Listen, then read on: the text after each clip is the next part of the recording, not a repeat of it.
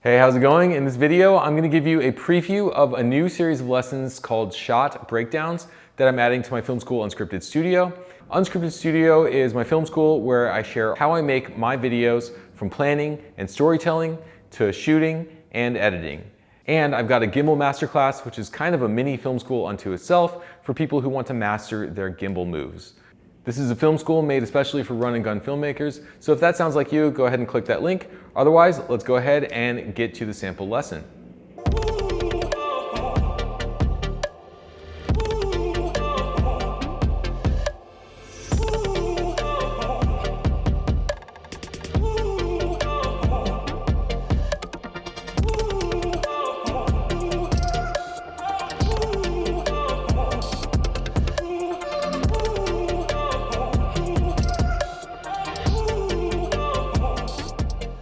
I filmed this sequence at the GAD architecture firm in Istanbul. This was a highly controllable environment, so I was actually able to plan a little bit of a story here. And what you're seeing here is actually an incomplete scene because I do plan on digitally replacing that computer screen at the ending with another image, but I haven't done that yet. Before I get into the details of the shooting process of this scene, I want to talk about the storytelling. If you've watched the improvised storytelling lessons, you know that my basic unit of storytelling is change. If nothing changes, you didn't really tell a story. So in this case, I wanted to tell a simple story of an architectural design going from the artist's sketch to a digital model. So it goes from analog to digital. That's the change here. That storytelling arc was the first thing I determined. Then I decided what features of the location, what physical features I wanted to visually highlight. So for me, the most unique element of the office was the designer's desk. There were all these cool little knickknacks and toys sitting on the desk, and I wanted those to fill the frame. And I also noticed that there was a scaffolding right behind the desk, which I could use to get a higher angle and look down on it, and that would give me a really unique bird's eye view. The next feature I wanted to highlight was the staircase, because the office has this beautiful modern floating type of staircase. So I had a character run up the staircase in my shot, which motivated my pan over to the stairs and gave the audience the chance to notice them. Finally, I wanted to showcase those dual monitor computers where they do the architectural design, so I directed my digital artist to sit down at one of the computers and do her work there. So to summarize the storytelling elements, this scene shows the change from analog inspiration to digital design, and it highlights the designer's unique desk, the staircase, and the dual monitor computers. I used the blocking of my actors to motivate the camera moves to show these visual features and tell the story. So that's the thinking behind this scene. Okay, here's the technical notes. I shot this on my Sony a7S III as usual, and for this first shot I used the Samyang 18mm f2.8 lens because of its lightweight and the wide angle. I turned my IBIS off because I planned to gyro stabilize in post.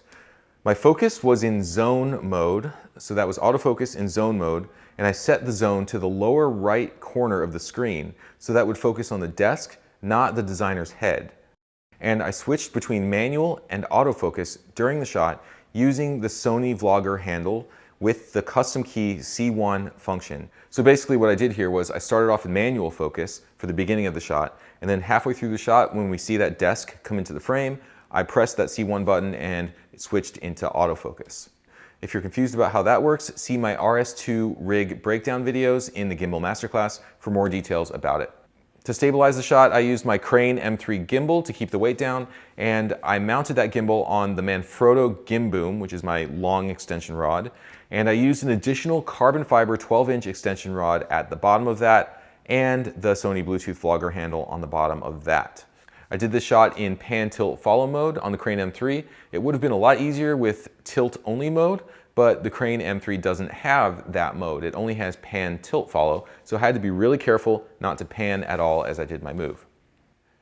For these close-ups, I switched to my 50mm f2.5 Pancake Prime lens, and I left the IBIS off on my camera, so this was handheld with no stabilization whatsoever, because I actually wanted some jitters. I wanted a little bit of shake in the shot to add some energy. Focus was manual. I just pre-focused on my subject, and then I adjusted the camera to keep him at the same distance from the camera, so he would stay in focus even while he was moving. In this next shot, I went back to the 18mm lens, and I used my Crane M3 again and the Gimboom, and I used pan follow mode as I panned over to the digital artist and I raised the gimbal as she walked up the stairs.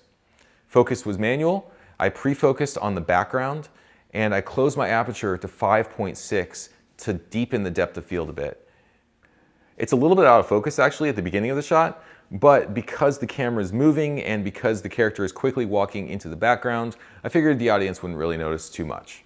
Okay, the last shot here is the digital artist walking to her computer. This was done also on the 18mm lens and the Crane M3 gimbal. I didn't use the Gimboom for this shot because I didn't need that extension, and I shot it in POV mode. I used autofocus here with the default wide zone setting. Okay, so that's how I made this little scene. First came the story, then I found my visual highlights, and then I arranged my blocking and my camera moves around these elements.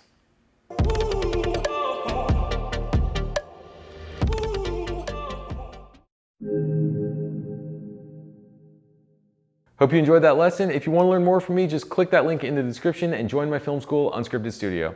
All right, thanks for watching. I'll see you next time.